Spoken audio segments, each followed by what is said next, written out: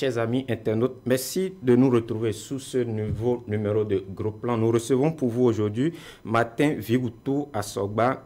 Il est président de l'ONG Alcré. Avec lui, on parlera de la présidentielle de 2021, la lutte contre la corruption sous le régime du président Patrice Talon, notamment la question de la Cour des comptes. Et en studio pour animer cette émission, je suis avec Arnaud Doumanhou du site d'information Le Portail. Arnaud, bonsoir. Bonsoir, cher ami Cosimo. Bonsoir, monsieur le président. Bonsoir, messieurs les journalistes. Nous allons tout de suite entrer dans le vif du sujet et nous parlerons donc sans doute de la présidentielle de 2021 qui s'annonce, qui aura lieu dans quelques mois. Et l'une des questions préjudicielles ou essentielles de cette présidentielle-là, c'est la question du parrainage. On aimerait bien avoir votre point de vue sur la question. Mais vous savez, je ne sais pas si vous avez eu le temps de m'écouter les autres fois sur d'autres chaînes. Et ma religion par rapport à cette question, c'est que je suis partisan de la réforme du système partisan. Et en tant que partisan de la réforme du système partisan, je vous dis que je suis du côté de la mise en œuvre du parrainage. Parce que nous l'avions tout le temps dit en tant qu'organisation de la société civile, nous sommes des analystes politiques. Moi, je ne suis pas un politicien, mais je suis un analyste politique. Je suis un politique, mais pas un acteur politique. Vous comprenez la différence entre être politique et être acteur politique. L'acteur politique fait ses jeux et a autour de lui et recherche toujours le bétail électoral pour pouvoir aller briguer un pouvoir politique. Mais nous, en tant que politiques, nous faisons les analyses politiques pour comprendre ce qui se passe au niveau de la politique dans notre pays et nous travaillons au profit des populations. Nous sommes l'interface entre les populations, le gouvernement et les politiciens. Alors, moi je vous dis, je suis un partisan de la question du parrainage. Parce que ce n'est pas normal que pour un pays de près de 10 ou 11 millions d'habitants, comme on nous l'annonce, que nous ayons 200 et quelques partis politiques. Et que nous ayons des partis régionalistes, des partis régionaux, ou des partis ethnocentriques, ou des partis familiaux, des partis de clubs. Non. Pour éviter tout ça, et nous l'avons tout le temps défendu, même avant qu'on nous parle véritablement aujourd'hui de la réforme du système partisan. Parce que nous avons vu ce qui se passe. C'est des clubs électoraux, c'est des clubs de corrupteurs, c'est des clubs de corrompus, c'est des clubs de gens qui font pression sur les gouvernants pour se positionner, pour dire aux premiers responsables, nous avons telle zone que nous maîtrisons, il faut nous donner tel nombre de centaines de millions pour que nous puissions maîtriser les gens en votre faveur, alors que zéro. Mais aujourd'hui, tous les parrains sont de la mouvance. C'est la question. Attendez. Et puis, on nous dit parrainage aujourd'hui. Parce que, regardez en 2016, nous avons eu pour ce petit pays, à économie véritablement étriquée, nous avons eu 33 candidats. Mais nous sommes dans un pays démocratique, on ne va pas empêcher les gens donc d'aller à l'élection. Ah, notre pays est plus démocratique que les États-Unis? Mais il y a plusieurs partis politiques aux États-Unis. C'est vrai que les grandes formations montent après, mais on ne peut pas supprimer. Mais c'est ce que nous souhaitons ici. Ça ne veut pas signifier aussi qu'il n'y a pas d'autres partis. Il y a des partis, je ne vais pas les citer ici. Il y a d'autres petits partis qui ont répondu aux exigences du code électoral en ce moment, de la nouvelle loi. Il y en a. Quand nous parlons des deux blocs qui se combattent, attention. Qui soutiennent tous le chef de l'État, donc dans un pays. Mais qui soutiennent tous le chef de l'État. Oui, parce que vous savez. Ils sont les seuls aujourd'hui à l'Assemblée nationale. Tout le monde veut encenser le premier magistrat. Ils veulent toujours le caresser dans le sens du poil. Est-ce que pour autant tous l'aiment? Surtout avec la réforme actuelle. Tous ne l'aiment pas. Vous voulez dire que le président a des faux soutiens autour de lui? Il y en a. Il y a de faux soutiens. Et je demande même au chef de l'État, par rapport à cette interview, de faire attention. De faire attention. Parce que tous se disent, oui, c'est le plus beau, c'est le meilleur, c'est le ceci. Mais ils ne sont pas tous de cœur, véritablement. Est-ce que vous avez des preuves, même des éléments de langage qui vous permettent d'affirmer qu'ils ne sont pas de cœur avec lui? Et vous pensez que, même le bon Dieu, vous pensez que tous ceux qui étaient autour de Jésus, les 12 apôtres, vous pensez que les 12 apôtres, tous étaient de cœur avec Jésus? Mais non, messieurs les journalistes. Mais il doit toujours avoir des gens qui sont là, malgré eux, attendant qu'ils aient un mieux-être. Parce que tous ne sont pas logés. Tous ne sont pas logés à la même enseigne. Le président a besoin d'eux aujourd'hui, qu'il soit à faux soutien ou pas, surtout que, c'est vrai, il ne l'a pas encore dit, mais il semble être dans la logique d'un second mandat. Il a forcément besoin de ces soutiens-là, qu'ils soient faux ou pas. Oui, mais lui, il a besoin d'eux. Mais je vous dis qu'il y en a qui sont avec lui, qui ont d'autres calculs. Mais écoutez, je suis d'un âge certain et d'une expérience certaine. Je sais. Mais vous pensez que tous ceux qui sont là aujourd'hui... Mais écoutez, les députés là, mais au temps de l'autre régime, je parle du régime, au temps de l'autre régime, mais ils avaient toutes les largesses. Comment? Mais écoutez, avant pour voter les lois, c'est un secret de polichinelle que de ne pas le dire. Avant pour voter des lois. Mais l'autre régime était obligé de leur envoyer de quoi leur graisser la patte. Aujourd'hui, rien ne prouve que ça ne continue pas. Non, ça ne continue pas. Comment vous en êtes sûr? J'en suis sûr parce que j'entends des gens parler. Mais écoutez, je suis aussi quelqu'un dans le pays. Je suis quelqu'un dans le pays. J'ai aussi mes cercles que je fréquente. Vous trouvez-vous normal qu'on parle du parrainage et que ce soit seulement les élus de la mouvance qui détiennent les parrains et que dans un pays démocratique, que l'opposition soit obligée d'aller quémander un parrainage? Nous avons raison de raisonner comme ça, mais nous avons aussi tort. Parce que quoi? Vous savez, moi je ne suis pas là pour faire la langue de bois. Qu'est-ce qui a fait qu'aujourd'hui, la situation est comme ça?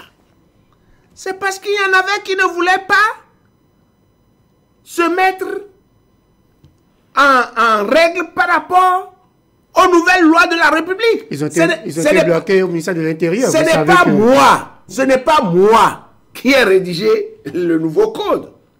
Ni vous aussi. Mais c'est bien les députés. Mais en son temps, l'opposition a quand même montré son désaccord. Pas tous. Parce que quand ils ont fait les lois, et qu'il y avait des lois querellées, certains articles querellés, mais ils ont organisé une rencontre entre les partis politiques, toutes tendances confondues, et la société civile. Nous étions tous là. Et nous nous sommes entendus sur un certain nombre de points.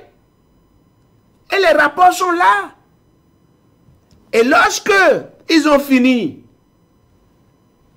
de se rencontrer entre eux, en tant que parti politique animant la vie politique, mais ils se sont entendus. Ils se sont entendus.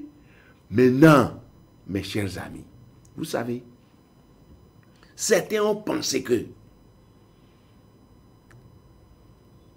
leur façon d'agir sur les tests et qu'on peut prendre les tests sans jamais les mettre en application et que leur lobby marchait, ils pensaient que ça allait marcher encore maintenant. Parce qu'il y a eu beaucoup de lois dans ce pays qui n'ont jamais été mises en application. Ou quand on les met en application, il y en a qui les bloquent. Et c'est ça que j'appelais, c'est ça que j'appelle le laxisme. On ne veut pas mettre en application les lois que nous nous sommes données. Et ça, je l'avais tout le temps dénoncé avant, pour dire, mais nous payons des centaines de millions à des députés qui prennent des lois, mais que ces lois-là peinent à être mises en application. Les gens pensaient que ça allait se passer encore comme ça. Quand le régime de la rupture a dit non, si nous prenons des lois et que le premier responsable, le premier magistrat du pays les promulgue, mais il faudrait que ça soit mis en application. Donc c'était avec cru que... Vous ne trouvez pas un peu bizarre que ce soit seulement les partis politiques de la mouvance qui arrivent à se mettre véritablement au pas, et les autres, ils ont essayé, mais on a vu le résultat. Comment se fait-il que ce soit seulement l'opposition qui se trouve bloquée dans cette histoire-là? Bon, ça, je ne peux pas le savoir, parce que je ne suis pas celui qui fait partie de ceux qui ont évalué la mise en œuvre ou bien les documents que chaque parti a déposé. Mais ce qui est sûr, on a trouvé que il y en a qui ne voulaient pas du tout des nouvelles lois. Mais vous savez que cette exclusion a conduit à des morts pour les législatives. Écoutez, laissez tomber les questions de mort. Est-ce qu'aujourd'hui, oui, pour le compte de la présidentielle, oui, est-ce qu'il faut revoir la question du parrainage pour des élections inclusives pour la paix, ou il faut foncer comme on l'a fait en 2019? Même avec cette affaire de parrainage, nous aurons la paix si nous cultivons chacun en nous la paix. Pendant que la paix, c'est un comportement. Pendant qu'une partie de la classe politique n'est pas sûre de participer à cette élection. Et je vous dis, la paix, c'est un comportement. Et nous devons tous nous inviter à avoir ce comportement de la paix. Parce que le contraire de la paix n'épargnera personne. Si ce n'est pas nous-mêmes qui sont exclus, il n'y a pas eu d'exclusion. Des gens n'ont pas voulu respecter les nouvelles lois. On a vu les partis politiques de l'opposition, ils ont soumis leur dossier pour obtenir leur récépissé. La belle prévaut actuellement. Est-ce que le récépissé du Parti des démocrates est toujours en souffrance, par exemple, celle de l'Intérieur? Je ne me suis pas renseigné pour savoir ce qui les bloque toujours. Le président a promis. Ils ne se sont pas rapprochés de moi, par exemple, en tant qu'organisation de la société civile, pour me faire part de leurs difficultés. Pour que nous, même dans l'informel, que nous puissions interpeller les autorités à la charge de leur donner leur récépissé. Oui, puisqu'ils peuvent se... Mais s'ils nous marginalisent et qu'ils trouvent que nous n'avons aucun rôle à jouer, mais on ne va pas s'immiscer là-dedans. Parce que même en tant qu'organisation de la société civile, si quelque parti a des difficultés, ils peuvent venir vers nous. Peut-être qu'ils vous trouvent un peu trop proche du pouvoir, peut-être. Et non, ils n'ont pas à me donner cette image-là. Ils ont à venir d'abord, et c'est quand ils seront venus et qu'ils auront posé leurs problèmes et que je n'aurai pas réagi en ce temps-là. Ils ont toute la latitude de dire voilà, parce que ceci. Je m'avais dit, les bonnes dames qui ont marché la dernière fois, moi, j'ai appris que des dames doivent marcher. Je ne les ai même pas vues en image. Je n'ai pas regardé la télé. Je n'ai pas vu. Mais j'ai entendu sur les médias. J'ai lu dans les journaux qu'il n'y avait pas eu de heurts. Rien du tout. Mais, à mon grand étonnement, ces bonnes dames-là, elles viennent de m'écrire pour me dire qu'elles voudraient venir me voir pour me faire part de leurs préoccupations. Mais j'ai demandé à ma secrétaire de les appeler et de leur dire que je suis prêt à les recevoir le lundi. Mais malheureusement, Ma secrétaire m'a rendu compte pour me dire, ah, président, la dame qui est signataire, quand je l'ai appelée, elle me dit que les autres membres sont dans le septentrion. Ils sont au nord. Et qu'il faut que je reporte le rendez-vous. Bon, moi, le temps que j'ai trouvé pour les recevoir, pour les écouter, pour que nous puissions échanger, ils ont refusé. Mais on est vers la fin d'année. Moi, je suis très chargé. Mais d'autres organisations de la société civile qui vraiment sont au-devant de la scène ne partagent pas votre opinion. Mais c'est normal, non? C'est normal, non? Écoutez, écoutez. Écoutez. Vous êtes pratiquement le seul. Mais c'est tout à fait normal. C'est tout à fait normal. Même si nous sommes ensemble et que nous sommes dans un même creuset et que nous nous mettons d'accord sur un certain nombre de points dans les questions de la société, mais il y a d'autres questions sur lesquelles les opinions seront divergentes. C'est normal. Même un jumeau, même des jumeaux, mais ils ne s'entendent pas, non? Pourquoi vous voulez que moi, je me mette directement à penser ce que vous pensez, ce que lui pensait? Et quelle sera alors, moi, ma personnalité dans ça? Vous n'êtes pas gêné d'être le seul dans cette En quoi je vais être gêné? Mais je ne suis pas gêné, vous savez pourquoi? Je vais vous expliquer. Oui, c'est à cœur ouvert, hein? Je vous dis la vérité.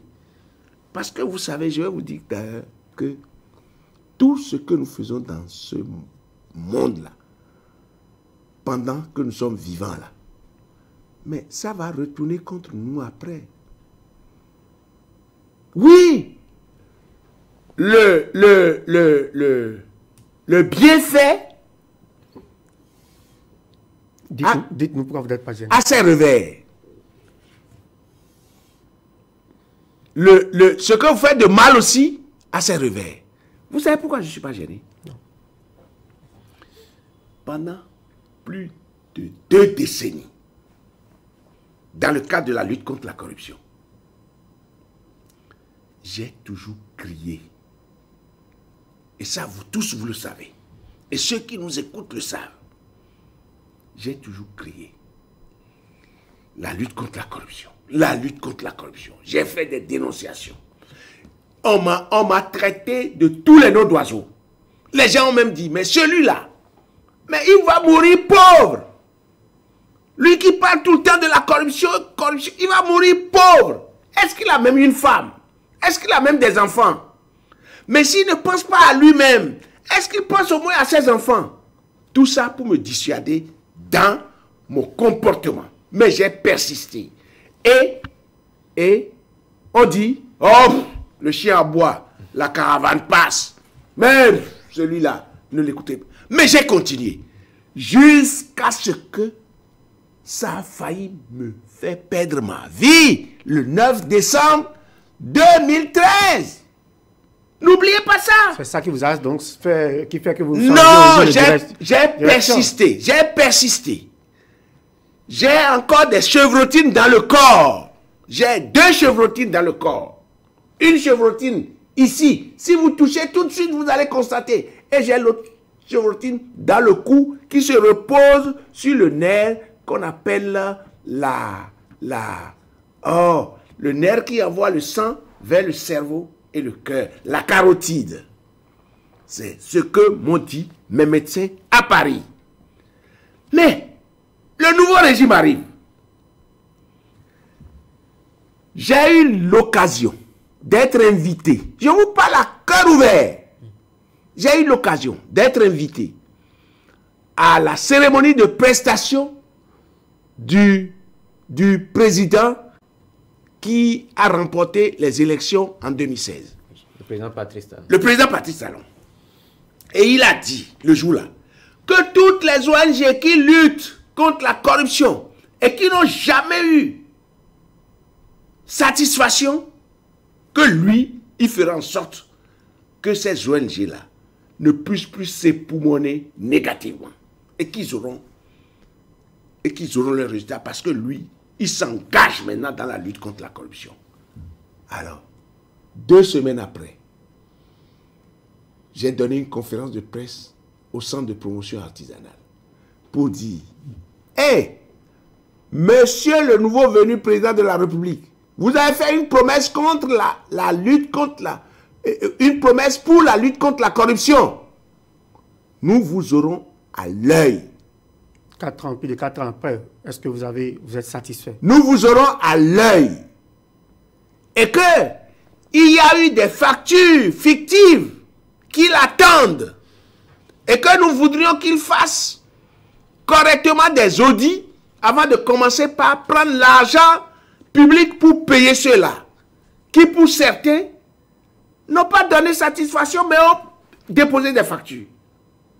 Mais nous avons constaté que notre voix a été entendue. Et ce que nous avons proposé a été mis en œuvre. Et depuis le temps du président Kérékou, j'ai toujours fait le plaidoyer selon lequel, compte tenu du fait que les dossiers, on nous dit, les dossiers de corruption que le FONAC et Alcré envoient au niveau des tribunaux sont toujours farfouillés dans les grands dossiers au niveau des juridictions. Et nous avons toujours proposé que le gouvernement prenne 3 ou 5 magistrats pour mettre une institution spécialisée dans la lutte contre la corruption en place pour que cette institution de 3 ou de 5 magistrats ne règle que les problèmes des dossiers de la lutte contre la corruption. On n'a jamais eu d'oreille pour nous. Mais le nouveau régime est arrivé et nous a donné satisfaction. Et vous ne trouvez pas que nous devons... Vous parlez de la criette qui... Je parle de la criette et vous ne trouvez pas que nous devons en être heureux? Est-ce que finalement vous êtes un soutien du gouvernement? Je ne suis pas un soutien du gouvernement, mais ce n'est pas parce que je suis société civile que je n'ai pas le droit de dire ce que je pense. Si vous êtes arrivé d'échanger avec Patrice Talon, tête à tête par rapport à ces dossiers... Non. Je n'ai jamais échangé avec le président Patrice Talon.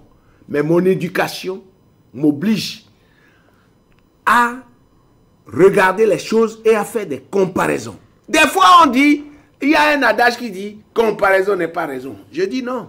Certains disent que je dis non, il arrive des fois... Il arrive des fois que nous avons des raisons de faire des comparaisons. Moi, je compare. Dans le cadre de la lutte contre la corruption, je compare ce qui se passe aujourd'hui à ce qui s'était passé hier. Et personne ne peut m'enlever ça de la tête. Mais j'ai fait la marche verte avec l'ancien régime. En plein midi. Vous vous rendez compte? On veut faire une marche contre la corruption. Et nous qui en sommes les acteurs principaux de cette lutte-là, qui sommes tout le temps critiqués par les corrompus, qui nous en veulent, qui nous injurient, qui nous traitent de tous les mots d'oiseaux, et qui disent que le chien aboie, la caravane passe, et qui dit que nous allons mourir pauvres, parce que nous ne comprenons rien du système. Vous pensez que quand ça se passe comme ça se passe aujourd'hui, et que nous trouvons quand même que ce que nous prenons a commencé par être mis en œuvre, nous n'allons pas accompagner. Les mêmes sont aux affaires aujourd'hui. Les mêmes députés sont toujours soutenus de l'État. Plusieurs des anciens ministres qui sont toujours au gouvernement. Je profite. Donc, on a pris les mêmes pour recommencer. Je profite pour dire à tous ceux-là, il est bien vrai. On n'ira pas importer des Gabonais, des Centrafricains, des Nigériens. Oui, mais les mêmes qui ont fait avec l'AI se retrouvent au même temps, même aujourd'hui avec Patrice Talon. Oui. Qu'est-ce qu'il a payé? Ne vous en faites pas. Au moins aujourd'hui, ce qui se passait hier a été atténué. Ce qui se passait hier a été atténué. Et vous vous contentez de ça? Ne croyez... Je m'en contente. Même, je vais vous dire, la réforme du système partisan. Oui. Mais c'est une réforme qui va droit avec les exigences d'Alcré. Ça lutte contre le régionalisme. ça lutte contre l'ethnocentrisme, ça lutte contre la corruption. Ces trois éléments-là que prône Alcret, lutte contre le racisme, l'ethnocentrisme régional, droits de l'homme, bonne gouvernance et lutte contre la corruption, éducation civique et morale. Mais nous nous retrouvons là-dedans. Le droit de l'homme, le Bénin n'est pas aujourd'hui cité en exemple, parce qu'il y a plusieurs rapports qui montrent quand même qui sont défavorables au pays. Est-ce que vous êtes toujours si fiers quand vous parlez de droit de l'homme en tant qu'organisation de la société civile? Est-ce que nous avons été si fiers au temps de l'ancien régime? Mais vous vous êtes battu pour que ça... Est-ce que nous n'avons pas reproché des choses aussi à l'ancien régime? Ces rapports n'étaient pas aussi accablants qu'aujourd'hui en matière d'état de droit et de liberté. Qu'est-ce qui vous fait dire ça? Vous avez eu le rapport de la Commission mondiale des droits de l'homme, le Bénin qui a été retiré de la liste des pays suivis par l'OFPRA. Vous avez donc suivi les recommandations également de l'Amnesty International. Donc plusieurs nombreuses décisions de la Cour africaine. Ils sont dans leur rôle. Ils sont absolument dans leur rôle. Je ne leur en veux pas. Ils sont dans leur rôle. Et je demande à ceux qui nous gèrent si réellement ces rapports-là, on doit en tenir compte pour changer les choses. Ils n'ont qu'à le faire. Ils n'ont qu'à le faire. Moi, je suis câblé sur les questions de lutte contre la corruption. Parce que nous ne pouvons pas être un pays pauvre où nous allons commander de l'argent chez les autres qui font de nous ce qu'ils veulent et qu'après ils nous envoient l'argent pour améliorer les conditions de vie des populations et que les dirigeants s'entendent sur notre dos et charcutent cet argent et se le distribuent. Et que c'est eux qui ont le vent en poupe avec leurs petites familles, avec leurs amis, leurs copains et leurs coquins. On ne peut pas l'admettre. On dit aujourd'hui également du régime que la lutte est célestive en matière de lutte contre la corruption. D'accord, mais j'ai souvent dit, et je vous le dis aujourd'hui ici, je vous le répète, Patrice Talon ne fera pas 20 ans au pouvoir. Patrice Talon ne fera pas 40 ans au pouvoir. Si Patrice Talon fait trop, il fera 10 ans. Et après 10 ans, mais d'autres viendront et vont chercher aussi à voir comment ils ont géré. Mais pour la bonne foi, est-ce qu'il n'est pas de bon ton qu'il tape aussi dans son camp? Il a parlé du scandale de Maria Greta dans sa tournée récemment. Oui. Il a parlé de plusieurs milliards injectés qui n'a pas permis même d'allumer une seule lampe. Mais pendant qu'il le dit, dans son camp, dans son gouvernement, il y a des gens qui ont participé à ce scandale. Pourquoi vous êtes pressé? Nous sommes à la fin du mandat. On est à quelques mois de la fin du mandat. Pourquoi c'est à la fin du mandat que subitement... Ne soyez pas pressés. Chaque chose viendra en son temps. Mais comment on peut prétendre lutter contre la corruption et dans le même temps avoir autour de soi des gens qui sont cités dans des affaires de corruption? Des gens qui étaient là pendant que ces corruptions ont eu lieu. D'accord? D'accord. Je suis d'accord avec vous. Hein. Mais vous savez qu'il y avait eu un chef du gouvernement. Est-ce que vous savez les ordres que ce chef de gouvernement a donné à ceux-là? Mais après, il faut que ceux-là aillent s'expliquer devant la justice. Et ça, le président de la République a pas... Après, si vous n'avez rien fait du tout, pourquoi vous revenez sur la question? Ça va venir. The change gonna come. Alors, le change gonna come. C'est moi qui vous le dis. Ne soyons pas pressés. Moi, j'ai tellement espoir. Hein.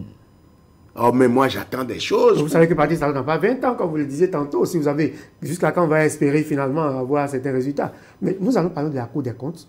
Est-ce que nous n'avons pas le droit d'avoir de l'espoir? Moi, j'ai eu de l'espoir pendant que les gens disaient que, mais ce type-là, c'est un con. Au lieu de se mettre dans le système de l'ancien régime pour pouvoir s'enrichir, il ne connaît rien. Aujourd'hui, il pense que vous êtes dans le système du nouveau régime. Quel système? Moi, j'ai toujours été financé par mes partenaires techniques et financiers par rapport à mon travail. Mais vous trouvez que tout est parfait sous le régime de Patrice Talon? C'est quand même curieux que... Je ne peux pas trouver que tout est parfait, mais je vous parle de ce pourquoi moi je lutte. C'est la lutte contre la corruption. Mais vous semblez mettre cet aspect au-dessus de tous les autres aspects. Mais écoutez, c'est un aspect fondamental. Et sur ce point-là, vous n'avez... C'est un aspect fondamental et je ne transige pas dessus. Sur ce point, vous n'avez rien à reprocher. C'est un aspect fondamental. Mais, vous vous rendez compte? Nous avons appris la route et Godomé et Godomé Paou ou non, Godomé Ouida. Vous avez vu l'état de la route quand ils ont fini de nous le livrer? Vous avez vu l'état? C'est le nouveau régime qui a encore cherché des financements pour renforcer la route. Entièrement, il y a eu des réflexions par endroit. Non, écoutez, la route était mal façonnée. Vous avez vu la route Calavi-Abomey? Qu'il vous souvienne que la route Calavi-Abomey, au moment où le nouveau régime est arrivé, on a repris encore la route depuis Saclo jusqu'à un certain niveau. Vous avez oublié ça? Président, vous savez, cette route, normalement, devait être en double sens. Mais nous n'avons qu'un seul sens. Mais vous avez oublié que l'ancien régime est allé inaugurer près de 6 fois le pont de Romé que nous n'avons jamais eu, et que c'est après le nouveau régime, le régime actuel. L'État a une continuité, dit-on. Mais moi, je vous parle de ce qui s'était passé de mauvais. L'État a une continuité. Moi, c'est pas là mon problème. Mais je vous dis dans quoi moi je suis comme lutte, et je vous apporte les preuves de ce pourquoi je lutte. Oui, mais dans cette lutte-là, justement, vous parlez de lutte contre la corruption. Mais sous ce régime, on a retiré la question de la déclaration des biens. Les députés se sont désormais exclus. Et nous avons attendu jusque-là, à 5 mois de la fin du mandat. On n'a jamais eu finalement la liste des personnes concernées désormais pour la déclaration de biens. Pourquoi on est encore à ce stade? Oui, vous me posez des questions intelligentes, des questions pertinentes. Mais nous aussi, nous nous posons ces questions-là. Mais cela ne veut pas signifier que nous avons baissé les bras par rapport à ces choses-là. Nous n'avons pas baissé les bras. Nous n'avons pas du tout baissé les bras. Un régime qui est ancré dans la lutte contre la corruption, comment est-ce qu'on peut en arriver là? Et je vous dis, c'est-à-dire, quand bien même ces choses-là étaient obligatoires et qu'il y a des assujettis à faire face et à rendre compte de ces questions-là, ce n'était pas appliqué comme cela se devait. Nous l'avions dénoncé. Oui, mais tout au moins, on savait qu'il y en a qui s'y conformaient et on faisait obligation. Il y en a qui s'y conformaient. Vous savez ce que les députés ont donné comme argument?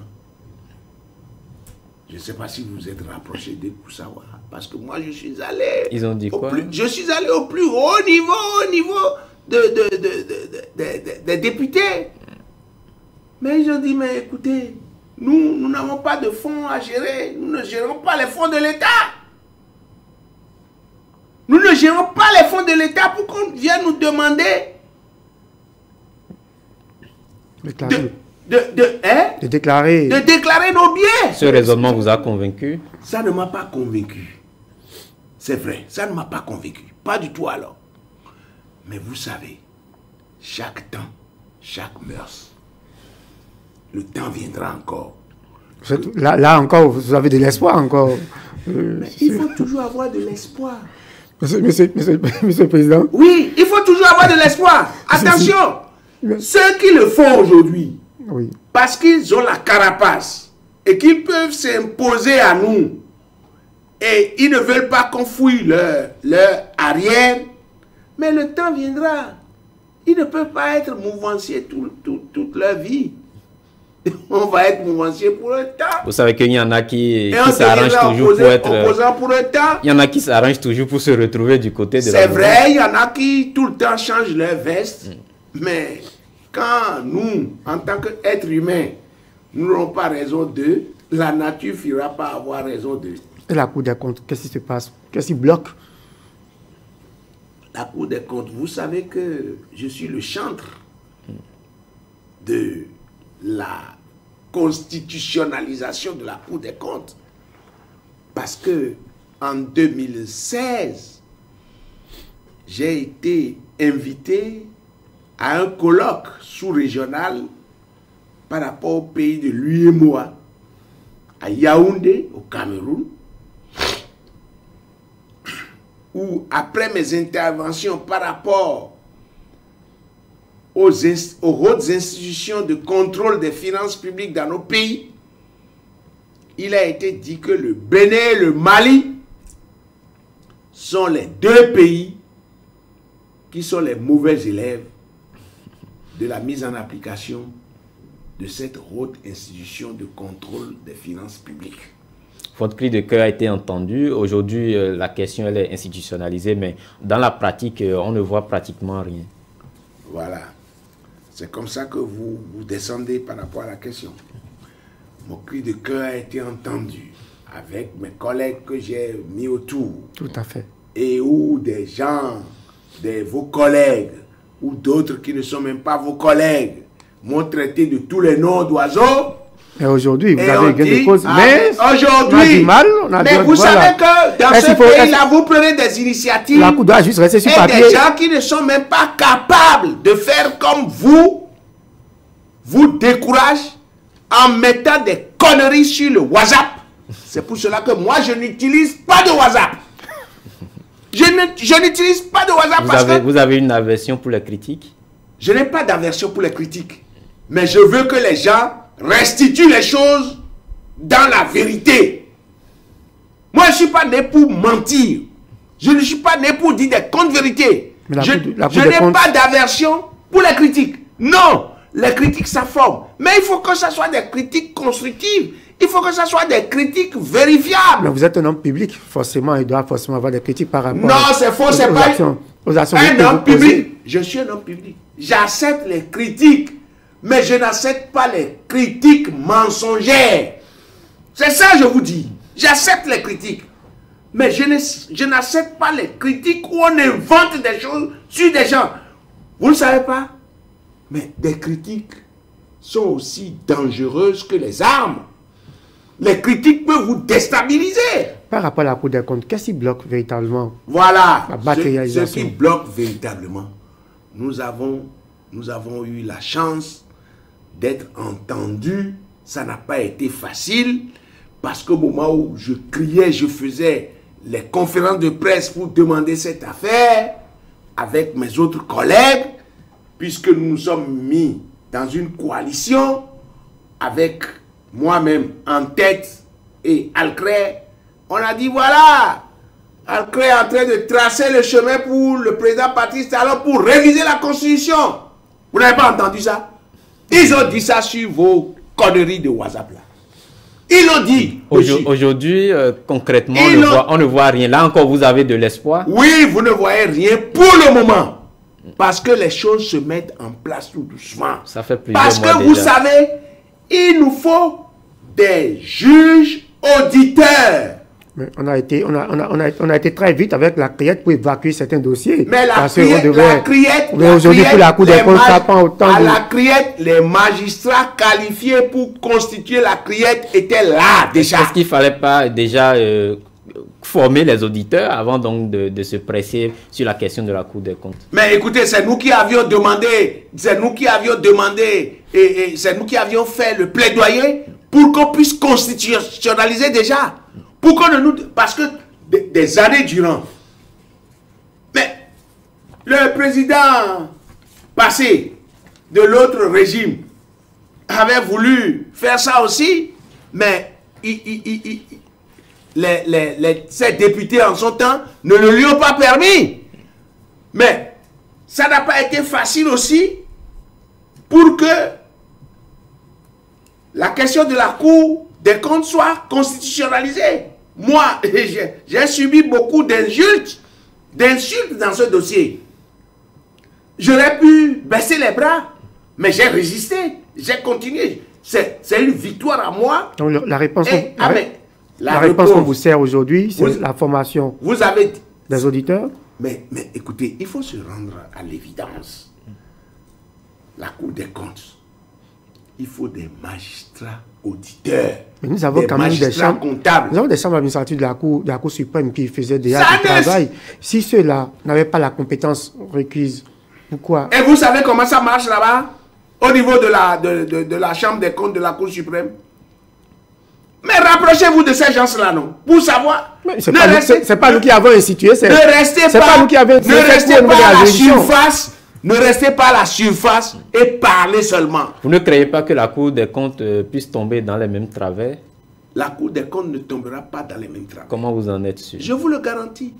Vous savez, je viens d'apprendre encore, pas plus tard que depuis cette semaine, et le gouvernement veut encore demander à des gens, et il veut faire un concours pour encore engager, recruter, oui, des auditeurs. Engager 100 et quelques magistrats. Mais c'est ceux-là. Mais écoutez, pour mettre en place la Cour des comptes, mais il faut beaucoup de magistrats comptables. Ce n'est pas les juges. Non, ce n'est pas une affaire des juges seuls. C'est une affaire des juges comptables spécialisés. Ceux qui savent lire Au niveau de la Cour suprême, comment ça se faisait? Ils ne savaient pas lire. Est-ce qu'ils n'avaient pas on avait des juges qui ne savaient pas du tout. Est-ce que vous connaissez les difficultés qu'il y a là-bas? Vous avez jamais eu les rapports de la Chambre des comptes. Nous travaillons avec c'est pas nous qui avons institutionnalisé cette cour-là au niveau de la Chambre des comptes. Est-ce qu'il ne fallait pas plutôt reformer la Chambre des comptes au niveau de la Cour suprême au lieu donc de créer la Cour des comptes? Est-ce que finalement ça ne fait pas un doublon? Vous n'êtes pas dans l'économie des choses. Et excusez-moi de dire que vous devez être des journalistes d'investigation sur cette question-là. Vous n'avez pas investigué. Ce que nous disons, je vous demande d'aller investiguer. Oui, est-ce que nous demandons... Ne prenez pas les problèmes sur le plan superficiel. Comme des gens, comme on est en démocratie, tout le monde veut parler de tout. Sans aller se renseigner. Président, vous savez, et tout le monde veut arguer sans savoir ce qu'ils sont en train de dire. Vous savez le reproche qu'on fait bien souvent. Oui. C'est-à-dire qu'aujourd'hui, au niveau, par exemple, en matière de juridiction, oui. Même quand on n'a pas créé, oui. On n'a pas encore créé la CRIEC, par exemple, oui. Qu'est-ce qui empêchait les magistrats? On n'a pas importé des magistrats, oui. On n'a pas trouvé des magistrats gabonais oui. Qu'on a placés au niveau de la CRIEC. Oui. On est allé chercher des magistrats au niveau de notre juridiction pour aller à la CRIEC. Oui, mais qu'est-ce qui empêchait ces magistrats de rendre leurs décisions mais de rendre des décisions dès lors qu'ils tombent sur les dossiers. C'est la même chose au niveau de la Chambre des comptes, au niveau de la Cour suprême. Si nous avons eu des magistrats... On dirait que vous ne voulez pas bénir. Non, mais c'est quoi? On dirait que vous ne voulez pas bénir. Il va falloir juste les déplacer ces magistrats pour que du jour au lendemain qu'ils... Mais c'est ça qui s'est fait maintenant quand on a mis en place la CRIEC, non? Et c'est ça, c'est ce plaidoyer-là que nous avons fait durant près de 15 ou 20 ans, non? C'est ce que nous avons fait durant près de 15 ou 20 ans. Je vous dis, avant, lorsqu'on envoyait les dossiers de corruption au niveau des juridictions, les gens n'en faisaient pas une préoccupation première. C'est vrai que vous en tirez une satisfaction, mais vous savez que les premiers dossiers traités par la CRIEC, c'était des dossiers politiques, purement politiques, et avec des verdicts que vous connaissez. Et donc, ce qui a fait que, même sans doute après... Dossiers politiques qui n'avaient aucune connotation... Oui, évidemment juridico. C'est vous qui le dites. Mais vous savez, c'est vous qui le dites. Le constat c'est vous qui le dites. C'est vous qui le dites. Moi, je ne le vois pas comme ça. Vous n'avez pas vu les Parce qu'il semble que vous n'avez pas envie que les choses s'améliorent dans le bon sens. Dans le sens qu'il faut pour que nous puissions nous retrouver dans un état correct où ceux qui abusent des fonds publics soient punis. La Cour des comptes. Vous auriez souhaité que les choses continuent comme auparavant. Non, jamais. Mais bien sûr, la Cour des comptes, quel sera son rôle de façon... Ce que vous dites là, hein, ce que vous dites là, Mais ça ressemble à ce que je vous dis là. Non, du tout pas, président. Vous savez que la criette, c'est vrai, aujourd'hui, il y a beaucoup de mérites, mais je dis que... Bon, maintenant, vous voulez qu'on supprime encore la criette? Non, du tout pas, du tout mais pas. Pourquoi alors? Nous parlons de la Cour des comptes. Et vous dites nous parlons de la Cour des comptes. Est-ce que je n'ai pas vu que... Les premiers dossiers qui ont été soumis. Soumis la question... à l'attention de la criette. Donc, le dossier de ICC aussi est un dossier politique. C'est ça, je ne vous le fais pas dire. Je vous dis simplement, j'ai fait en termes d'observation que nous constatons. Oui. C'est ça de votre Mirador. Non, mais. De votre Mirador. Président, c'est ça que Cosimo essaie de faire observer. Moi, je ne prends pas, je n'épouse pas votre façon de voir. Et vous devez être d'accord avec moi d'avoir ma façon de voir. Tout à fait. Parce que même si nous sommes des bébés siamois, chacun a sa tête et sa cervelle. La criette, il y a eu des rétropédalages. Est-ce que vous ne pensez pas qu'il y a eu forcément à un moment donné des problèmes? Le gouvernement même est revenu sur la loi et tout. Mais c'est une nouvelle institution, c'est normal que les gens puissent... Justement, c'est ce qu'on essaie de faire comprendre. C'est normal que les gens puissent aller très fort et qu'on leur demande de rétrograder. C'est justement ce que nous essayons d'expliquer. Est-ce que ceux qui ont mis en place la criette ont écouté le cri de son des citoyens et qui se sont adaptés? Mais nous devons remercier ça. Ne pas vouloir écouter le cri de son des citoyens et persiste dans le mal, c'est ça qui est le danger. Président, vous suivez actuellement la tournée du chef de l'État. Oui. Qu'est-ce que vous pensez de cette tournée? Mais c'est normal que ce que le chef de l'État fait, il devrait le faire depuis. Il est même en retard.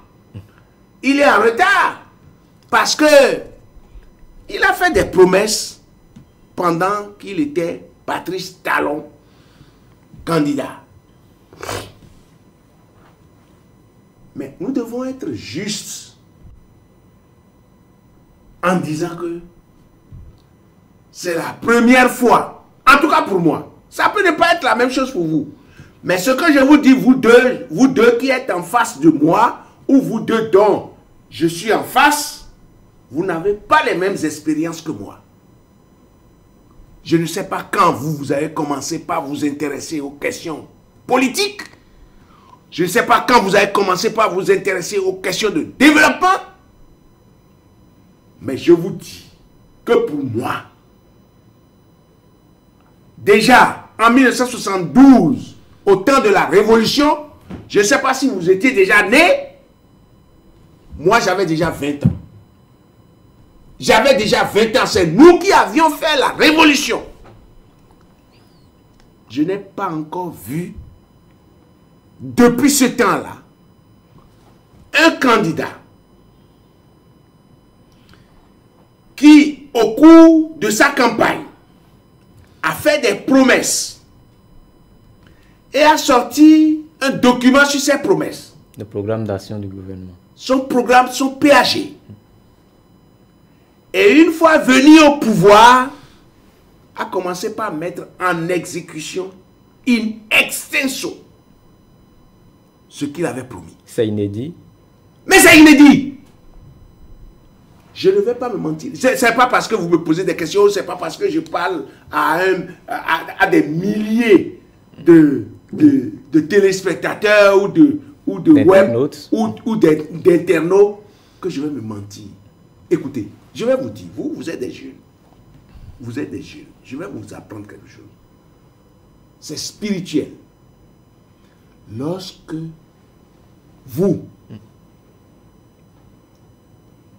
votre frère là, il fait quelque chose de bon, parce que vous n'avez pas des intérêts dans ce qu'il est en train de faire, vous trouvez toujours qu'il n'a rien fait de bon. D'accord?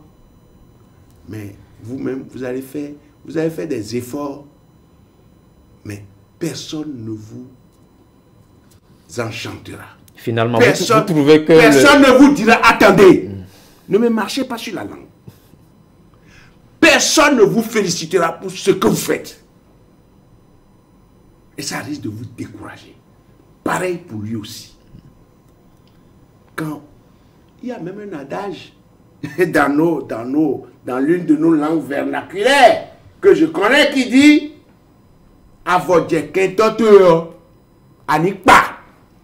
lorsque même ton ennemi Que retenez-vous de la tournée du Parti est Salon? bien habillé,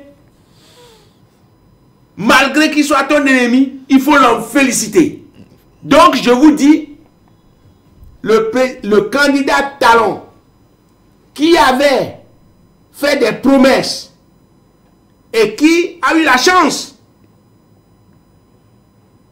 d'être propulsé à la tête de l'État est en train de mettre en exécution ce qu'il a promis. Mais dans ce pays, il y a des gens qui nous ont dit que les promesses électorales n'engagent que ceux qui y croient. Pourquoi une tournée à la fin Vrai ou faux? Pourquoi une tournée à la fin du mandat? Mais il doit faire la reddition des comptes. Ne pensez-vous Parce pas qu'il s'agit que, d'une pré-campagne? attendez. Quand il a fait campagne, et il a fait des promesses, et que les populations ont acquiescé, on dit, ah bon, il nous a fait des promesses. Ah ok, donc ça signifie que quand il viendra, nous aurons alors beaucoup de changements positivement. Ok, on lui donne la possibilité de venir. Cette possibilité qui lui a été donnée, ça signifie que le peuple l'a envoyé en mission. L'a envoyé en mission sur la base des promesses qu'il a faites. Oui, mais est-ce que c'est à 5 Alors, mois de la ça fin du signifie mandat? que, oui, vous êtes journaliste, c'est normal que vous me posez des questions du genre, mais je vous répondrai. Ça signifie que, quand il va à cette mission, bien que ce soit lui-même qui a fait des promesses, et qui n'est pas arrivé à la marina, tout seul, par son propre vouloir, mais il faut qu'il aille rendre compte à ceux qui lui ont donné la possibilité d'être président. Est-ce qu'il est dans une tournée de compte, de reddition de comptes ou dans une tournée de pré-campagne? Prenez-le comme vous voulez. Mais pour moi, c'est normal qu'il aille faire cette reddition-là. Alors, vous semblez dire que Patrice Talon a toutes les promesses qu'il a faites en 2016 et qu'il est en train de les mettre en œuvre, ou qu'il les a déjà toutes mises en œuvre, mais sur le terrain lui-même, le discours, on sent... Mais pour la plupart, il n'est pas Dieu. On sent qu'il n'est pas satisfait. Il n'est pas Dieu. Il ne peut pas être satisfait. Il ne peut pas être satisfait, mes chers amis. Que reprochez-vous alors? Il n'est pas Dieu. Si vous Il n'est pas Dieu. Si vous devez conseiller le président Patrice Talon, même Dieu, dans sa magnanimité, dans tout son pouvoir, mais il y en a qui le critiquent. En tant qu'observateur de la société civile, Il y en a qui le en tant critiquent. qu'observateur de la société civile, Oui. qu'est-ce que vous pensez qu'il faut corriger après les 4 années de gouvernance de Patrice Talon? Qu'est-ce qu'il y a à corriger, à parfaire sur cette gouvernance? Bon, mais tout le monde parle de social. D'accord? Mais le social dont les gens parlent, c'est le social qui se faisait. Là où on doit prendre un journaliste, on en met 10. Là où on doit prendre quelqu'un, un secrétaire, Vous pensez qu'il y a des choses à parfaire en matière sociale, c'est ça? attendez, on en met 5. Là où on doit prendre un élément pour faire un travail, on en met une pléthore. Pour dire, voilà, c'est le social, il faut donner du travail à tout le monde. Écoutez, moi je ne gère pas Alcrel comme ça. Je ne gère pas Alcrel comme ça. Et on met les gens là, on ne budgétise même pas leur salaire, on les laisse en déperdition et les citoyens demandeurs de services de ces sociétés ou de cette administration deviennent la proie facile de ceux-là parce qu'ils sont obligés de rançonner les gens. Est-ce que c'est normal ça? On dit oui, à l'ONAM, il y a eu des gens, on a renvoyé des gens, on a fait ci, on a fait ça. Mais vous pensez que il faut... Vous voulez dire que tout est parfait sur Patrice Talon. Vous qui travaillez ici là, vous qui travaillez ici là, mais le promoteur doit avoir raison gardée pour pouvoir gérer vos salaires. Sans quoi vous allez encore lui créer des problèmes. Donc tout est parfait sous le régime Patrice Talon. Tout ne peut jamais être parfait, mais il y a du mieux. Oui, qu'est-ce que vous reprochez à la gestion? Tout ne peut jamais être parfait, mais il y a du mieux. Dites-nous ce qu'on peut corriger. Patrice Talon est un être humain. Lui-même, il se débrouille.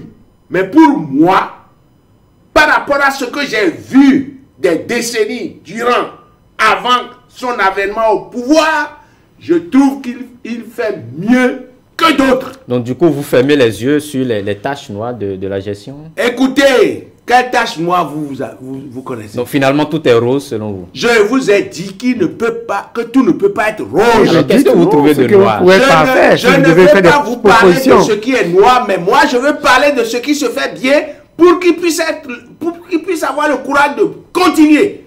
Écoutez, vous voulez qu'il continue? Écoutez. Au-delà des 5 ans? Mais s'il pose sa candidature et que les populations sont d'accord avec lui, c'est pas moi seul qui va décider. Vous estimez qu'il mérite un second mandat? De ça, moi je vous le dis franchement. Vous pouvez être d'accord, vous pouvez ne pas être d'accord, je vous dis franchement qu'il mérite un second mandat. Oui, il le mérite. Pourquoi? Par rapport à ce que je vois. Par rapport à l'œuvre, aux actes que le monsieur a posés. Regardez. Regardez. Est-ce que vous avez fait un peu la statistique des dernières 10 ans avant l'avènement du nouveau départ? La rupture. De la rupture. Et puis il y avait un nouveau départ aussi dans l'autre. On a parlé de changement, on a parlé de refondation. Ah, on n'a pas parlé de nouveau départ. Non, nouveau départ, c'est avec le président. C'est maintenant qu'on a parlé de nouveau départ. Ah, vous voyez que ma mémoire aussi, j'ai un peu de... Vous êtes invieillissable, donc. Oui, je sais. Mais il peut toujours avoir de petites erreurs. D'accord. Du nouveau départ et de la rupture. Oui. D'accord? Hein? Combien de ministres on a changé depuis 5 ans? Mais c'est un style de gouvernance qu'il a peut-être choisi. Ah, j'adore ce style de gouvernance. Et donc, ça veut dire que... J'adore ce style de gouvernance. Même quand les ministres font mal, on ferme les yeux, on laisse passer. Quel est le ministre qui a fait mal et vous êtes au courant, vous l'avez dénoncé et on n'a pas pris ça en compte? Non, je pose une question pour savoir que, est-ce qu'il faut, même quand ça ne va pas... Je ne suis pas là pour noter les ministres.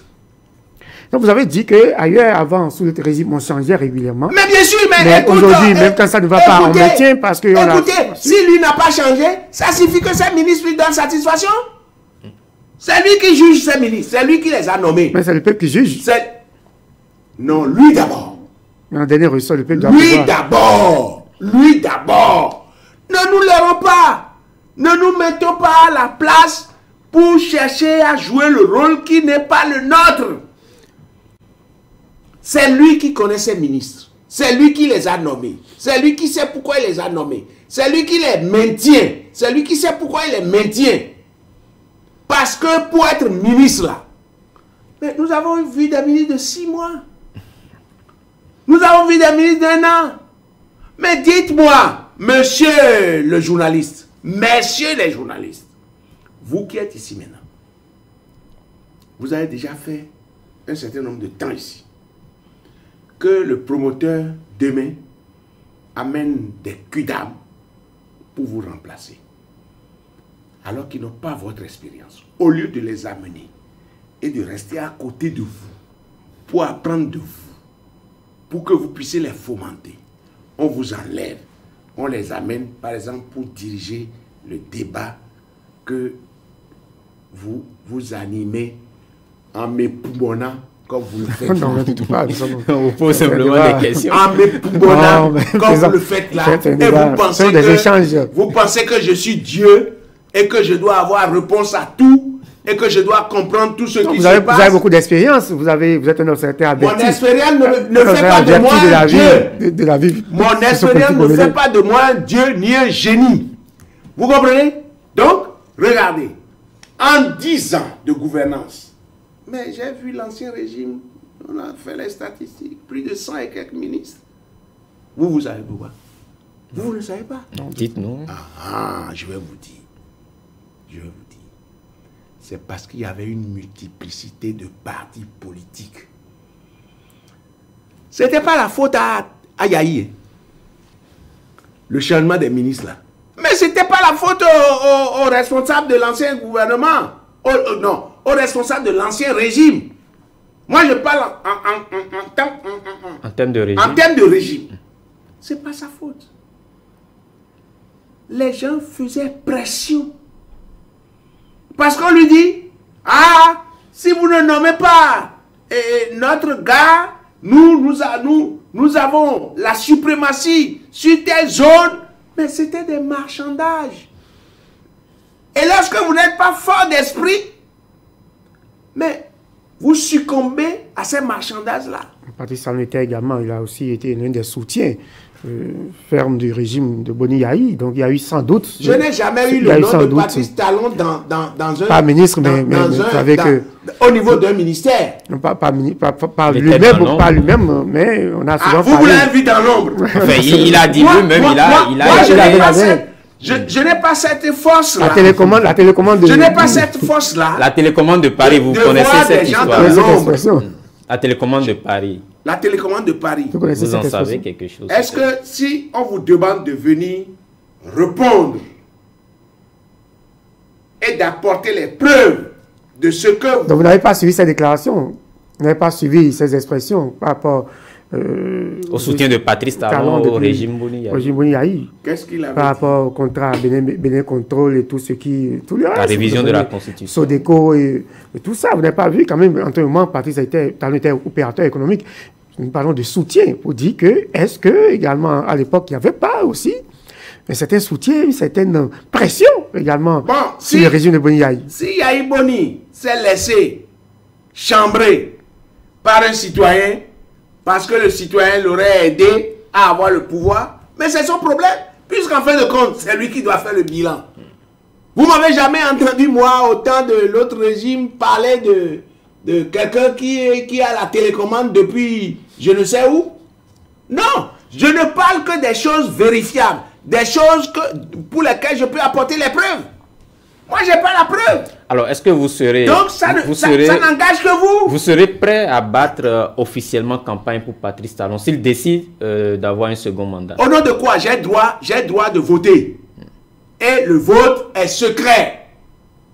Mais vous venez de dire publiquement qu'il mérite un second mandat. Mais je dis si le peuple lui donne un second mandat.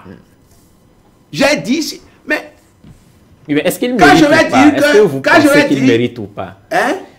Parce que... Au vu de ce qu'il a fait, oui. Ok, je vous dis franchement, comme c'est ça que vous me collez, je vais le dire, au vu de ce qu'il a fait en 5 ans, il mérite un second mandat pour poursuivre. Je l'ai dit et je tape ma poitrine pour le dire. Et ce n'est pas moi qui vais lui dire en blanc d'avoir le second mandat. Mais je souhaite qu'il ait un second mandat pour pouvoir poursuivre l'œuvre qu'il a entamée. Et pourquoi pas? Moi, j'aime du beau. J'aime du beau. Je veux voir notre pays se développer. Pour ce second mandat, si vous avez un message à lancer aux élus qui sont censés parrainer toutes les candidatures, vous devez leur dire quoi? Il faut qu'il y ait d'ouverture. Il faut qu'il y ait d'ouverture. Parce que vous savez, au premier chef, au premier chef, pour qui on avait la crainte, c'était pour les opposants. Les opposants officiels. Vous pensez qu'il y a des opposants non officiels? Mais bien sûr, ceux qui n'ont pas encore leur récépissé sont des opposants, mais pas des opposants officiels. Ils estiment qu'ils n'ont pas besoin de se récépisser pour s'opposer au régime. Les nouvelles lois exigent ça. Qui vous voyez dans Nous n'allons pas continuer dans la pagaille. Nous avons trop pagaillé dans le pays, mes chers amis. Mais vous souhaitez... Vous êtes comme mes enfants. Vous souhaitez une ouverture. Vous êtes des parrainage. journalistes, certes, mais vous êtes comme mes enfants. Et j'ai le droit de vous dire ce que je pense. J'ai le droit de vous dire la vérité.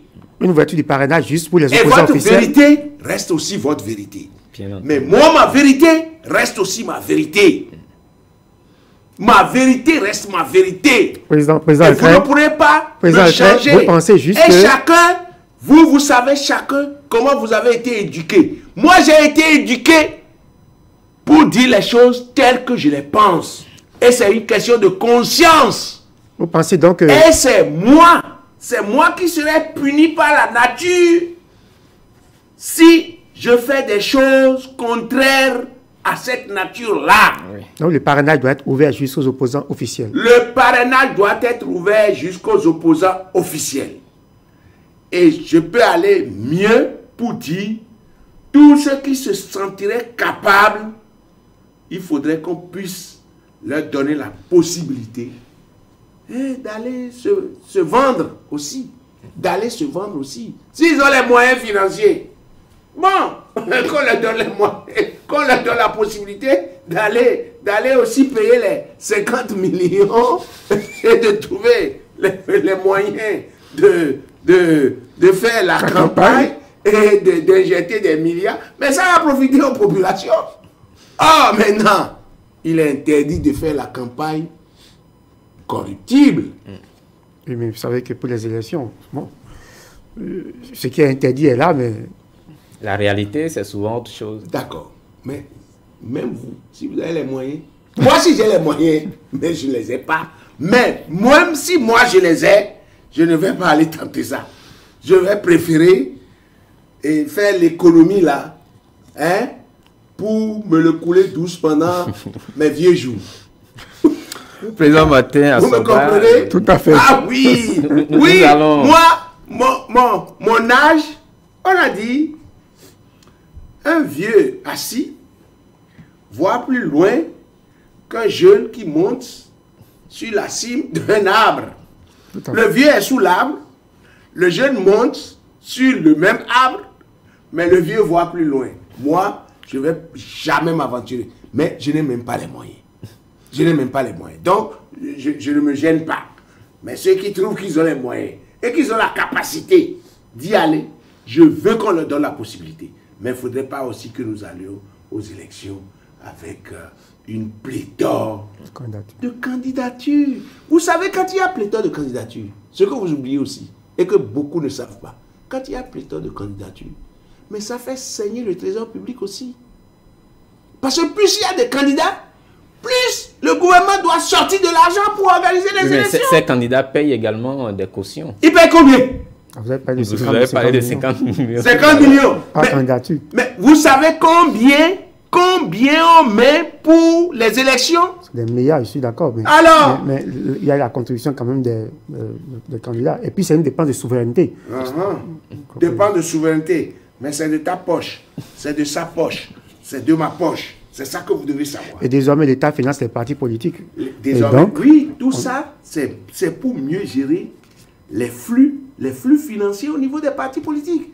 Mais donc on peut augmenter. Attends, chef, attendez. Il y a la loi qui dit combien chaque candidat devra dépenser pour sa campagne électorale. Mais les nôtres ne respectent jamais ça. Moi, j'ai toujours couru derrière la cour la chambre des comptes de la Cour suprême pour savoir les candidats là, est-ce qu'ils... Normalement, chaque candidat doit pouvoir faire un budget prévisionnel pour sa campagne. Aller soumettre ce budget-là à la chambre des comptes de la Cour suprême avant de démarrer les activités. Ils ne l'ont jamais fait. D'accord? Ils n'ont jamais fait. Et personne ne les a jamais punis. Maintenant, deux yeux. Il est question que après les élections, que vous soyez gagnant ou perdant, vous devez aller faire la reddition de comptes à la Chambre des comptes de la Cour suprême. Mais certains le font, mais de manière biaisée, de manière fausse. Ils ne disent jamais la vérité. Et quand vous essayez de les confondre, et que vous leur dites, mais vous avez fait telle chose à tel moment, à tel... Ils disent non, que c'est des amis qui ont fait ça en leur nom. Et que non, nous ne sommes pas sérieux. Nous devons revenir sur terre. Nous devons être sérieux. Vous avez vu, dans les pays auxquels nous voulons rassembler, ou les pays où nous disons que c'est notre que nous prenons en exemple. C'est notre mère patrie que nous prenons en exemple. Mais les choses sont réglementées là-bas. Pourquoi les autres là-bas sont dans les bonnes idées, les bonnes lignes, et que nous ici, on veut faire autrement? On veut faire ça toujours de manière floue. Et on ne veut même pas qu'on punisse cela. Monsieur, vous êtes jeune. Même dans votre foyer, si avec votre femme, si avec votre fiancé, je ne sais pas si vous êtes encore marié, si avec votre fiancé, nos épouses. Attendez d'abord, je vais en crescendo. Vous êtes dans notre chambre.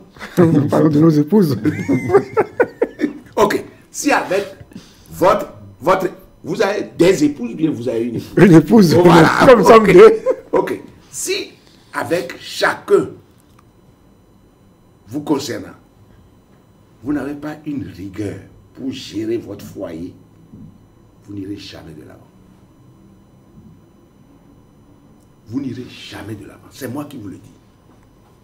Parce que déjà, vous serez avec votre épouse en attendant que vous ayez un enfant, parce que la façon de gérer son foyer quand on a un enfant diffère de la façon de le gérer quand on aura 2, 3 ou 4. Mais c'était de la responsabilité de la Chambre des comptes de la Cour suprême de contrôler, de faire le contrôle a posteriori. Eh mais dans ce pays-là, vous revenez sur ça. Quand moi je glosais, j'insistais que les choses soient dans les normes, qu'on fasse la lutte et que les gens rendent compte. Vous savez ce que les gens disaient?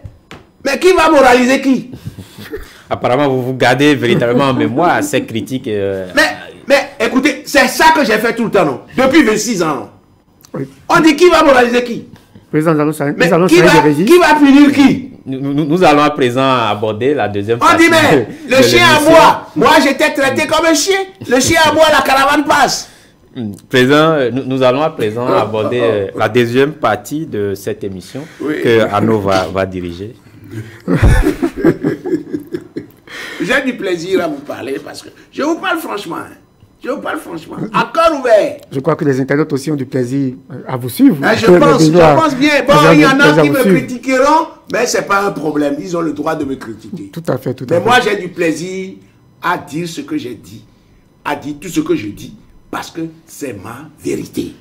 Alors, et ma vérité peut ne pas être la vérité de tout le monde. Alors, président Martin Vieux-Tour Assogba, oui. Les internautes, les Béninois, de façon générale, aimeraient quand même vous connaître, au-delà de la vie publique. Qu'est-ce qu'on peut dire à savoir à côté famille sur Martin Vieux-Tour Assogba?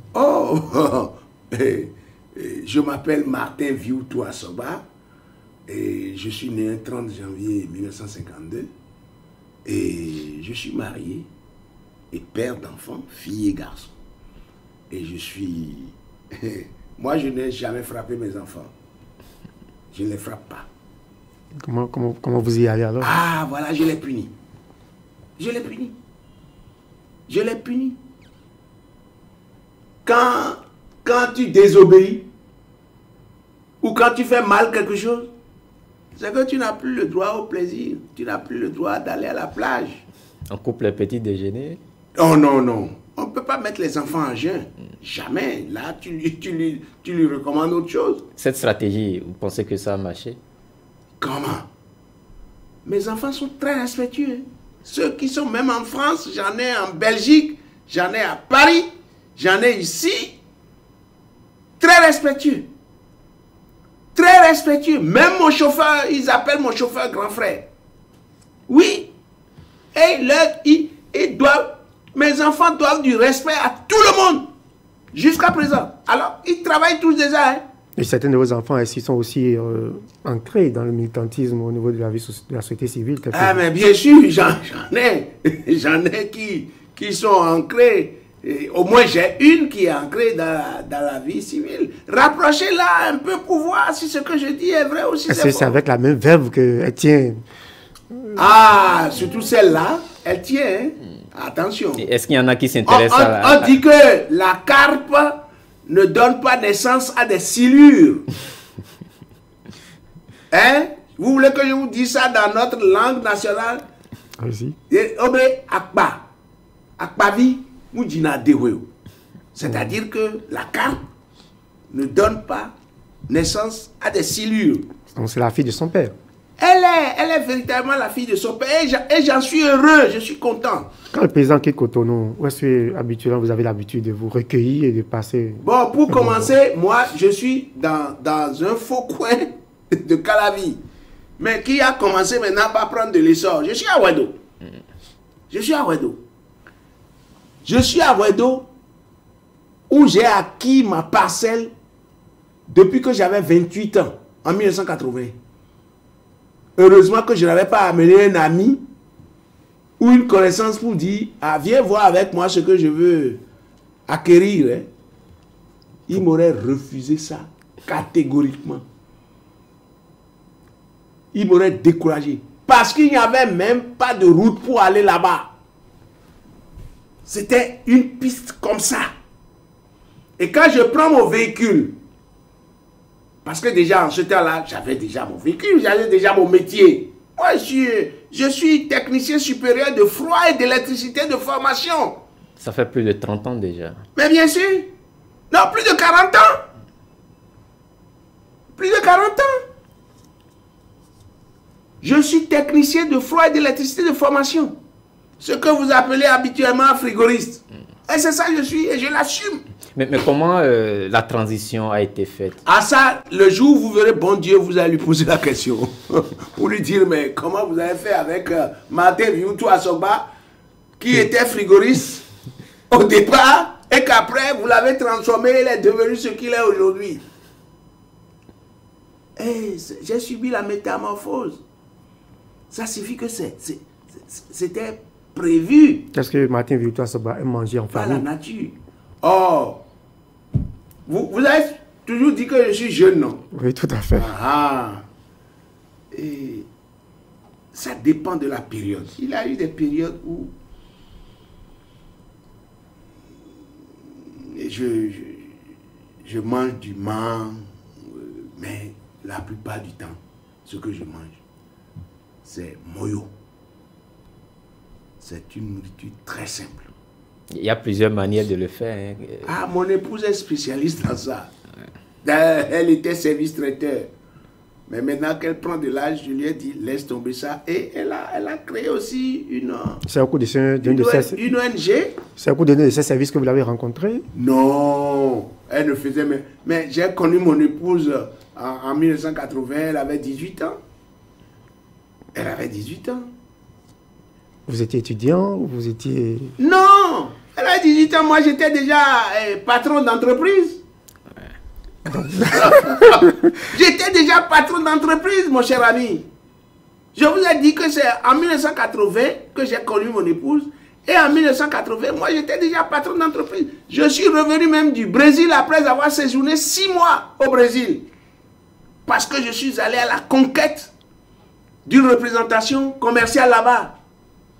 Oui. Et comment vous avez pu finalement garder une représentation commerciale où je suis revenu avec la représentation. Mais malheureusement, nos banques étaient en banqueroute. Donc, paix à son âme. Le président, le directeur de la BBD en ce temps, c'est M. Baba Moussa, qui a vu que, mais comment un jeune de cet âge-là va au bout du monde pour aller décrocher un contrat, il vient avec. Et j'ai demandé à la banque de m'aider. Et ils m'ont donné une garantie bancaire. Ils ne m'ont pas remis l'argent. C'est une garantie bancaire de 75 millions en 1980. Vous voyez ce que ça donne, ça va donner aujourd'hui. Mais malheureusement, la BCB, qui était la seule banque commerciale à l'époque, parce qu'on est au temps de la Révolution là, la seule banque commerciale, qui devait me transformer cette garantie bancaire en une garantie de classe internationale, n'a pas pu le faire. Ils ont choisi la Chase Manhattan Bank à New York, qui a refusé de donner la garantie parce que la BCB devait beaucoup d'argent à la Chase Manhattan Bank. Ils ont fait des opérations qu'ils n'ont pas remboursées. Maintenant, j'ai demandé à la BCB de s'adresser à la BNP Paris, où j'avais un compte. La BNP Paris avait accepté endosser l'opération parce que j'avais un compte là-bas. Mais la banque de mon fournisseur au Brésil a dit qu'elle ne veut pas traiter avec une banque française, qu'elle veut traiter avec une banque américaine parce que le Brésil est dans une zone américaine. Les questions géopolitiques. Voilà. Mais finalement, dites-nous, il y a beaucoup de jeunes qui vous suivent également. Comment avez-vous su garder votre épouse de 18 ans à ce jour? Ah, il faut être patient. Il faut être patient. Ce n'est pas facile. Mais lorsque vous voulez donner une bonne éducation à vos enfants, vous oubliez les mauvais côtés et vous vous attachez au bon côté. Et il faut être patient. Ce n'est pas facile. Ce n'est pas facile. Mon épouse et moi, notre Benjamin a déjà 27 ans. Hein? Notre Benjamin a déjà 27 ans. Quel est son trait le plus que vous appréciez le plus? Mon épouse, oui. Elle s'occupe bien de moi, quand même. À part que, bon, sur certaines questions, on ne s'entend pas. Vous connaissez bien, chacun a sa position des fois. Bon, à cause des enfants, je dis ok. Parce que moi, je ne peux plus me mettre à me bagarrer avec mon épouse. Non, mes enfants vont me dire, mais papa, c'est quoi ça? Ça ne va pas. Et je fais ça aussi pour donner l'exemple à mes enfants. Je fais ça aussi pour que mes enfants que ça devienne aussi un exemple à mes enfants. Est-ce que vous prenez des vacances à ce métier? Les vacances, non, de temps en temps, bon, moi, je peux laisser la maison et mon épouse et moi, on peut aller dans un hôtel, rester une semaine ou bien un long week-end. Et puis, bon, parce que mon travail même ne me permet pas d'aller dans de longues vacances. Puisque vous savez, nous avons des contrats avec des partenaires. Et les moyens qu'on met à notre disposition, c'est sujet à des comptes rendus réguliers. Et quand tu laisses tout aux collaborateurs, il peut y avoir des failles. Donc il faut faire un suivi régulier. Quelle figure vous a marqué au cours de vous qui avez vécu la Révolution? Quelle figure vous a véritablement marqué au cours de la Révolution? Oh, il y a 3 jours, on était dans une activité à Bénin Royal Hotel sur les questions de lutte contre l'extrémisme violent. Et tout ce qu'on dit, où il faut que maintenant nous nous apprêtons à faire la sécurité citoyenne avec la population locale, la collectivité locale, avec les gouvernements locaux dans le cadre de la décentralisation. Mais j'ai dit que ce qu'on dit là, que moi j'ai un regret. Je suis nostalgique de la période révolutionnaire. Vous comprenez? Nous avons, au cours de la conférence des forces vives de 90, compte tenu de ce qui s'était passé, où on ne pouvait pas parler, on ne pouvait pas s'exprimer, tout ça, on nous a comprimé, on nous a mis en cage et tout ça. Nous avons jeté le bébé avec l'eau de bain. il y a beaucoup de bonnes choses qui se faisaient pendant la Révolution. Aujourd'hui, la jeunesse est pagailleuse. Les personnes âgées... Vous parlez des trois bonnes choses que vous avez... Les personnes âgées, certains sont devenus des irrespectueux. Parce qu'en matière de respect, le père doit respecter ses enfants et les enfants doivent respecter le père, les pères. C'est une question de donner et de recevoir. C'est une question de donner et de recevoir. Je demandais ce qui vous a le plus marqué au cours de la période de Révolution, ou quelle figure vous a beaucoup marqué pendant la Révolution? Mais moi, j'ai aimé le président Mathieu Kérékou, qui a été mon ami jusqu'à sa mort. Il m'appelle américain. Et beaucoup de gens le savent. Même pendant que le président Kérékou était dans ses filao, mais moi, j'allais lui rendre visite. J'allais lui rendre visite. Et je rencontrais là l'ancien ministre, paix à son âme, et à Plogan. Je rencontrais Valentin Aditi Koudé. Qu'est-ce que vous avez retenu de la personnalité ou du personnage de Mathieu Kérékou? Bon, c'est papa de bonheur. C'est papa de bonheur. Et c'est... Lui, il n'est pas régionaliste, hein? Non. Et non, c'est papa de bonheur. Et c'est ça qui a gâté un peu notre pays aussi. Lui, il a toujours considéré tout le monde comme lui-même. Et il n'est pas un cupide. Il n'est pas un cupide. Or, il a fabriqué beaucoup de cupides, sans s'en rendre compte. Qu'est-ce que Mathieu Asogba souhaiterait que la postérité retienne de lui une fois que vous ne serez sans doute pas ici? Le combat que j'ai mené, c'est curieux. Quand bien même aujourd'hui, les gens me tassent de talonniste. De mouvancier bontin. Mouvancier bontin, j'acquiesce. Parce que celui qui est là, je suis en adéquation avec sa rigueur. Moi-même, je suis un monsieur rigoureux. Vous savez, avant là, quand mes enfants étaient en jeune âge, quand ils étaient au collège, mais on ne se lève pas pour venir me dire, papa, j'ai besoin de 5 000 francs parce qu'on a demandé 5 000 francs à l'école. Hein. Ah non! Non! Vous savez ce que je faisais? J'avais un cahier. Rapprochez-vous de mes enfants hein, pour savoir. J'avais un cahier au chevet de mon lit. Tu viens faire ta demande.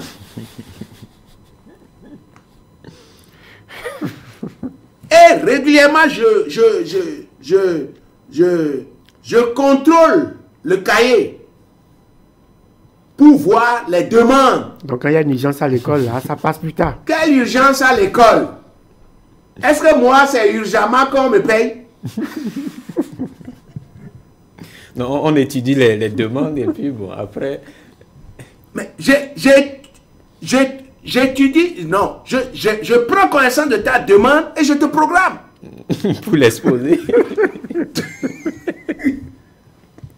Je vous dis, demandez.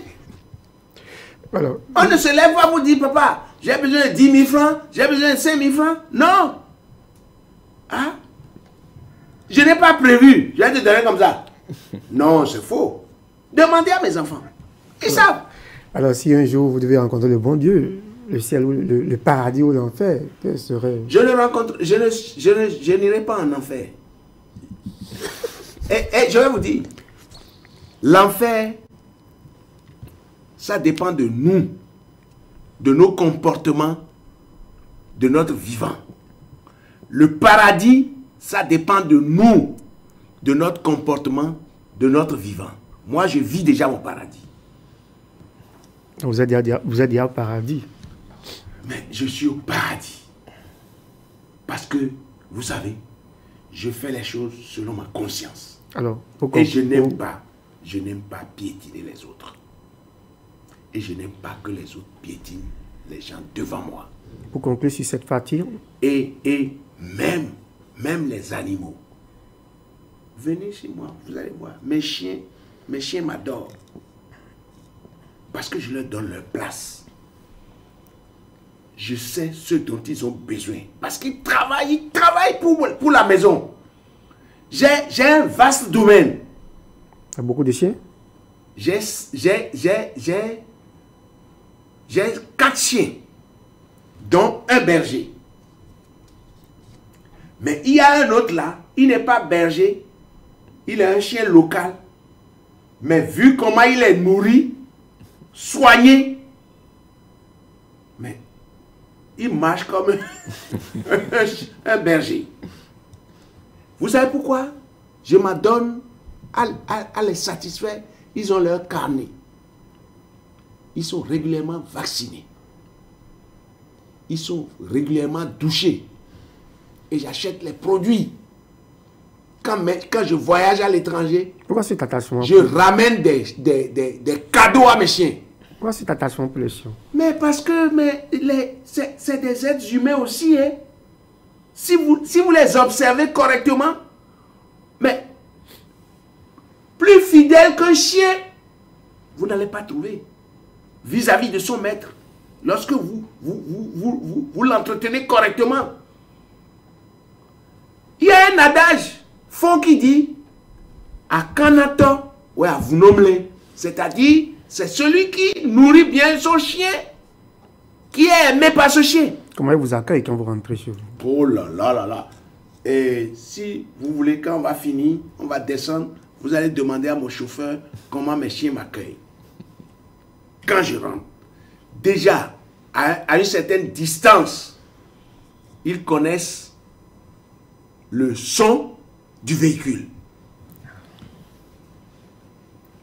Les matins de bonne heure, je dors à l'étage.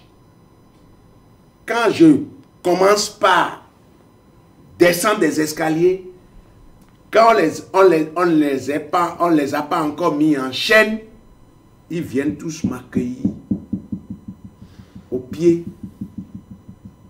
à l'entrée de la porte de l'escalier.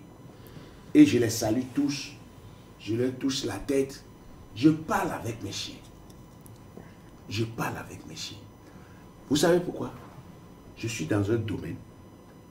Si je devais prendre des gardiens, ces gardiens-là vont encore amener des gens pour me voler.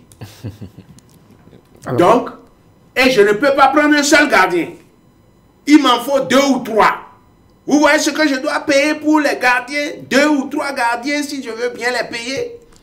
Et je les paierai bien, mais malgré ça, ils vont me voler. Ou ils vont être complices d'autres personnes qui viendront me voler parce que c'est près de 2 hectares. Alors, pour conclure sur cette partie, quel est votre plus grand rêve pour le Bénin? Plus grand quoi? Rêve pour le Bénin. Ah, mon rêve pour le Bénin, je veux voir le Bénin se développer. Et je veux voir chacun de nous être conscient de son rôle. Parce que nous réclamons trop nos droits sans penser à nos devoirs. Or, c'est le devoir avant les droits. Et je veux que tout le monde comprenne le sens véritable de la démocratie en sachant que la démocratie, c'est de l'exigence. La démocratie, c'est de l'exigence, du respect de nos devoirs avant nos droits. Alors, est-ce que... C'est le devoir bien fait qui vous donne droit à vos droits. Oui, or, on nous a habitués pendant un certain temps à gagner facilement de l'argent et tout le monde veut, on parle toujours de social, social, social, social. Le social, vous savez ce que ça signifie? Donner du poisson à quelqu'un au lieu de lui apprendre à aller pêcher lui-même. Moi, je ne suis pas partisan de ça. Alors, nous sommes au thème de l'émission. Regardez, asphaltage qui se fait aujourd'hui là. Oui. Je connais, on m'a conté. Je n'aime pas dire des choses dont je ne peux pas apporter les preuves. On m'a dit, il y a un monsieur dans une ancienne rue, Bas-Fond. Vous savez que l'asphaltage a atteint même les bas-fonds aujourd'hui.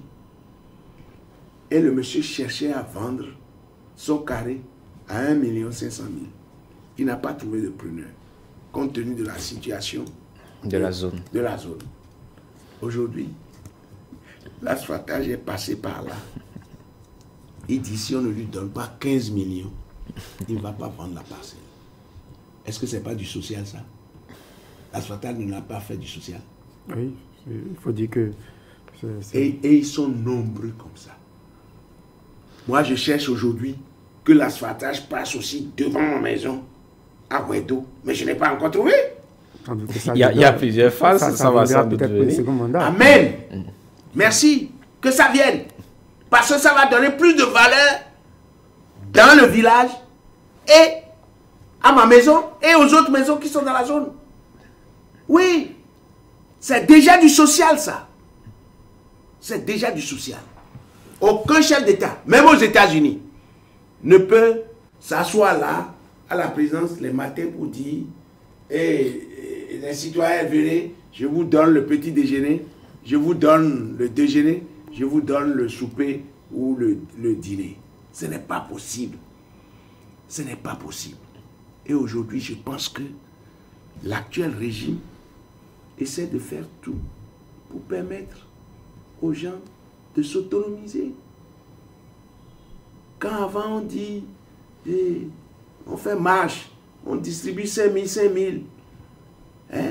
Ou bien on distribue les tickets valeurs aux gens, et au lieu d'aller acheter même l'essence avec les tickets valeurs, ils vont monnayer ça à la station, ils sont dans des combines avec les pompistes, on va prendre l'argent et on va acheter le paillot.